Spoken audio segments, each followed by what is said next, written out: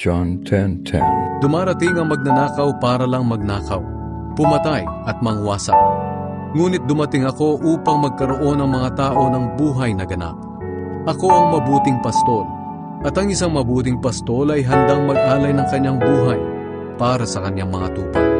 Hindi siya katulad ng bayarang pastol ng mga tupa, sapagkat ang ganitong tagapagbantay ay tumatakas at iniiwan ng mga tupa kapag nakakita ng asong lobo na paparating.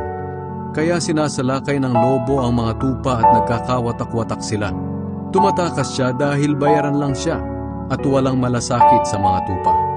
Ako ang mabuting pastol, kung paano ako nakikilala ng aking ama at kung paano ko siya nakikilala, ganyan din ang pagkakakilala ko sa aking mga tupa at ang pagkakakilala nila sa akin.